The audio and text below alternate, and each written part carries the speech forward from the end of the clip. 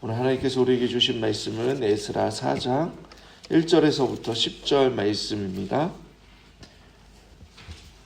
에스라 4장 1절에서부터 10절 말씀 우리 합독하겠습니다.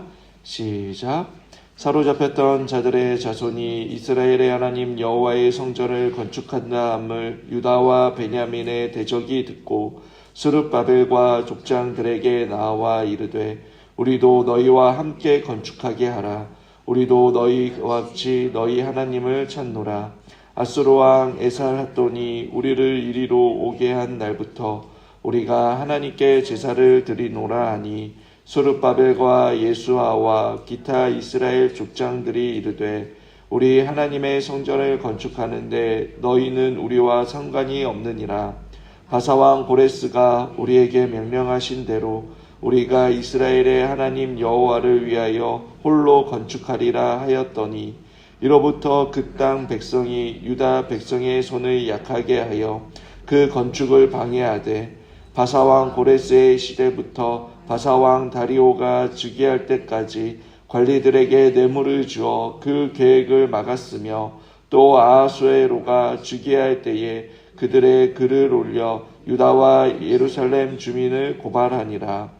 아닥사스다 때에 비슬람과 미드르딱과 다브엘과 그의 동료들이 바사왕 아사스에게 글을 올렸으니 그 글은 아람 문자와 아람 방언으로 써서 진술을 하였더라.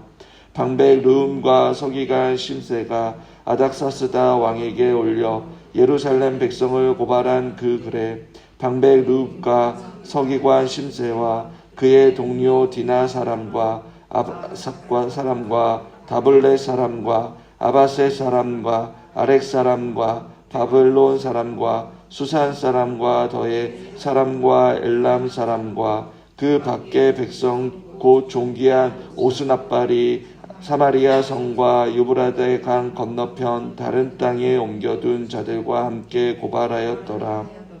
아멘. 어제 본문에서 우리는 감격스러운 장면을 목격했습니다. 약 70년 동안 바벨론의 포로로 끌려간 이스라엘 백성들이 스룹바벨의 인도하에 예루살렘으로 귀환하여 첫 절기를 지키고 성전의 기초를 놓았습니다. 솔로몬의 화려한 성전을 기억하고 있던 노인들은 후회의 눈물을, 젊은이들은 미래에 대한 기쁨과 기대의 눈물을 흘렸습니다. 이제 성전이 완공되는 일만 남았습니다. 그러나 사장이 들어서면서 그 기대와 소망은 산산이 깨어져 버립니다. 하나님의 성전을 건축하는 자들의 그러한 방해와 또 공격이 시작되었습니다.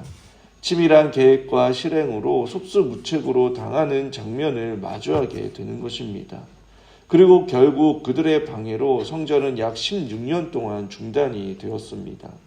오늘 말씀 1절에 보시면 사로잡힌 자들이 이스라엘의 하나님 여호와의 성전을 건축한다함을 유다와 베냐민 대적들이 듣고 유다가 멸망한 후 여러분 예루살렘은 주인 없는 땅이 되었습니다. 그러나 다른 민족들이 포로로 끌려간 유다 사람들을 대신하여 여러분 그곳 근처에서 터를 잡고 살았습니다. 그리고 여전히 그 주위에는 다른 나라들이 존재합니다. 성경은 그들을 유다와 베냐민의 대적이라고 기록하고 있습니다. 아마도 대부분이 북이스라엘 사람들이었습니다. 2절의 말씀을 보시면 스룹바벨과 족장들에게 나와 이르되 우리도 너희와 함께 건축하게 하라. 우리도 너희같이 너희 하나님을 찾노라. 아수르 왕 에살핫돈이 우리를 이리로 오게 한 날부터 우리가 하나님께 제사를 드리노라 하니.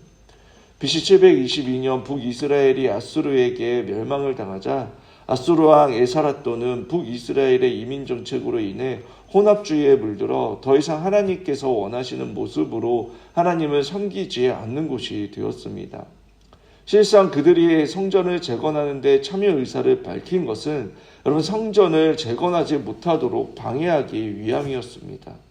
3절에서부터 4절에 스룹바벨과 예수아와 기타 이스라엘 족장들은 단호하게 그들의 제안을 거부합니다. 4절 마지막 절에 보시면 이스라엘의 하나님 여호와를 위하여 홀로 건축하리라 라고 선포하고 있습니다.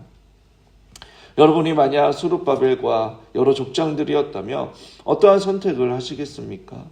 귀환한 이스라엘 백성들은 많은 수가 아니었습니다. 여전히 바벨론에 남아있는 자들에 비하면 극소수입니다. 물적 자원 또 인적 자원 역시 모든 것이 부족합니다. 그런데 과거에 우리도 한 핏줄이었고 하나님도 섬겼고 너희와 뿌리가 같고 지금까지 이 땅을 지키면서 하나님을 섬겼어.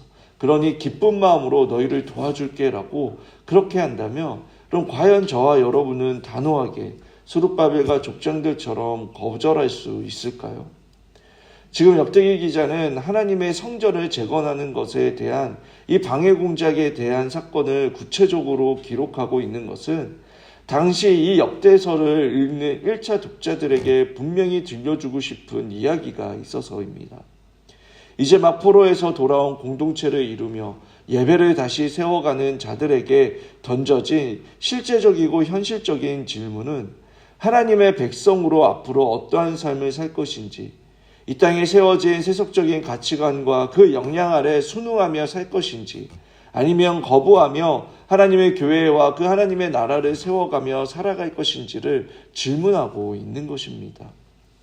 세상 속에서 다시 성전을 짓고 예배의 기초를 세우고 삶의 예배자가 되고자 했던 그들을 하나님의 대적은 가만히 내버려 두지 않습니다. 우리가 분별해야 할 내용이고 여러분 우리가 싸워야 할 그 영적인 도전과 전쟁인 것입니다. 오늘 본문을 통해 우리는 하나님의 대적의 실체와 그들과 어떻게 싸워야 하는지를 보여주고 있는 것입니다. 스룹바벨과 예수아와 족장들의 선택이 무엇입니까? 사마리아 사람들도 하나님을 섬기고 하나님을 예배하는 사람들이기에 성전 재건에 동참하겠다고 한 것에 대해 어떠한 결정을 내렸습니까? 너희는 우리와 상관이 없느니라 라고 말합니다. 우리가 이스라엘의 하나님 여호와를 위하여 홀로 건축하리라 라고 그들의 제안을 단호히 거절하였습니다. 어떠한 도움 없이 우리가 홀로 건축하겠다라는 것입니다. 그리고 4절에 이로부터 바로 그들의 결정 때문에 그들 주변의 사람들로부터 핍박과 방해를 받기 시작했습니다. 여러분, 귀환한 이스라엘 지도자들이 왜 솔깃할 수 있는 그들의 제안을 거절하였을까요? 그들 스스로가 말한 것처럼 아수르에 의해 예루살렘으로 옮겨오게 된 사마리아와 그 외의 다른 지역에서 온 사람들이었습니다. 성경은 그들을 향해 유다와 베냐민의 대적이라고까지 말을 합니다. 열왕기하 17장 33절에 성경은 그들을 향해 이렇게 말씀하고 있습니다. 이와 같이 그들이 여호와도 경외하고 또한 어디서부터 옮겨왔든지 그 민족의 풍속대로 자기의 신들도 섬겼더라. 그들이 하나님을 섬겼다 하더라도 하나님을 최고 유일신으로 섬긴 것이 아닙니다. 자신의 민족들의 신과 함께 섬겼던 것입니다. 그저 자기의 풍요로움을 위해 탐욕을 채워줄 신들 중에 하나로 섬긴 것입니다. 여호와 하나님께서 원하시는 그러한 진정한 예배자가 아니라 여러분 자신의 탐욕을 위해 하나님을 이용하는 자들이었습니다. 하나님께서 우리에게 진정으로 원하시는 것은 여러분 우리의 삶이 예배가 되는 것입니다. 예배가 삶의 일부가 되기를 원치 않으십니다. 하나님의 자녀로서 우리의 거룩함을 지키기 위해 우리는 얼마나 단호합니까? 예수님께서는 우리를 구원하시기 위해 여러분 이 땅에 죽으러 오셨습니다. 죄로 인한 고난과 고통, 하나님의 진노와 저주를 받는 그 십자가의 길을 피하지 않으셨습니다. 우리 스스로 죄의 문제를 해결할 수 없게 우리를 대신해 십자가에서 죽으심으로 우리의 죄의 문제를 해결해 주시기 위해 사탄의 유혹과 시험을 단호히 물리치시고 또 죽음까지 하나님의 아버지의 뜻에 따라 여러분 완전히 순종하셨습니다.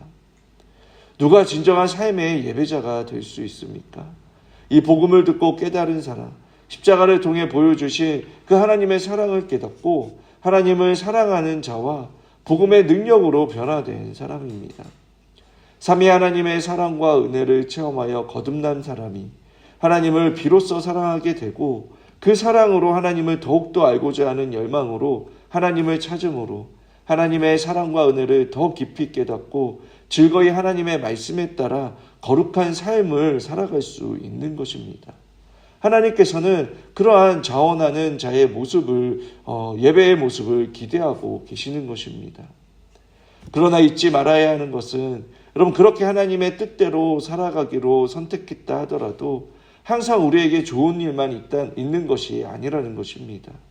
하나님을 대적하는 자들의 공격이 반드시 있습니다. 귀환한 지도자들이 하나님을 대적하는 자들의 거짓을 분별하여 그들의 제안을 거절하였지만 그때 이후로부터 심한 방해 공작이 시작되었습니다. 성경은 이렇게 말합니다.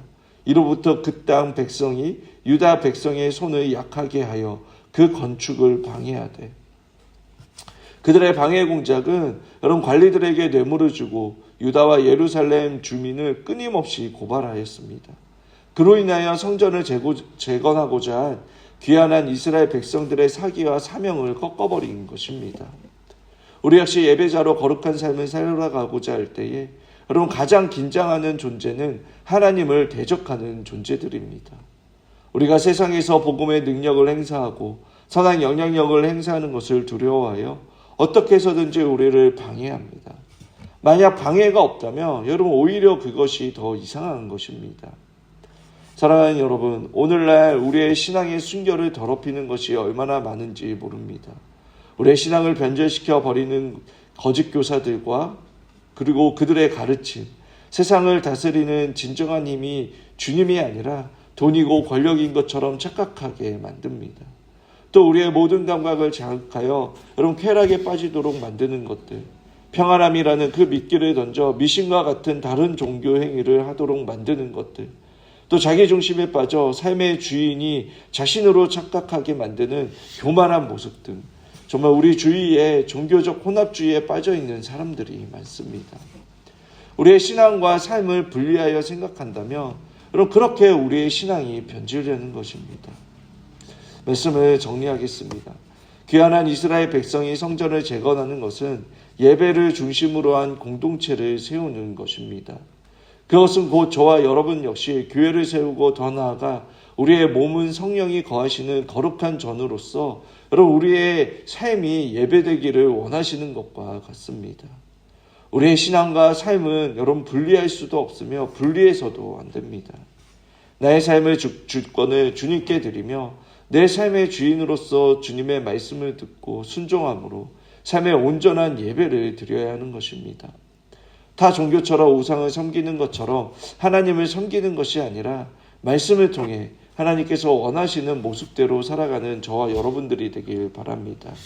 사탄의 공격에 분별하며 여러분 넘어지지 않고 정말 넘어지더라도 계속해서 패배하더라도 나의 연약함 때문에 패배주의에 빠져 있는 것이 아니라 그 십자가의 능력과 부활의 능력을 힘입어 다시 일어서며 담대히 성령의 도우심을 힘입어 삶의 예배자로 승리하길 원합니다. 우리의 삶이 주님께서 보실 때에 기뻐하시는 모습으로서 우리의 마음과 생각과 행동을 살피고 또 살펴 하나님의 영광이 우리 안에 가득하여 자기 부인을 하며 버릴 것은 버리고 또 뽑아버릴 것은 뽑아버려서 하나님께서 책임져 주시고 하나님의 뜻을 이루어가는 그 십자가의 길을 걸어가는 삶의 예배자로 서시길 주님의 이름으로 축원합니다.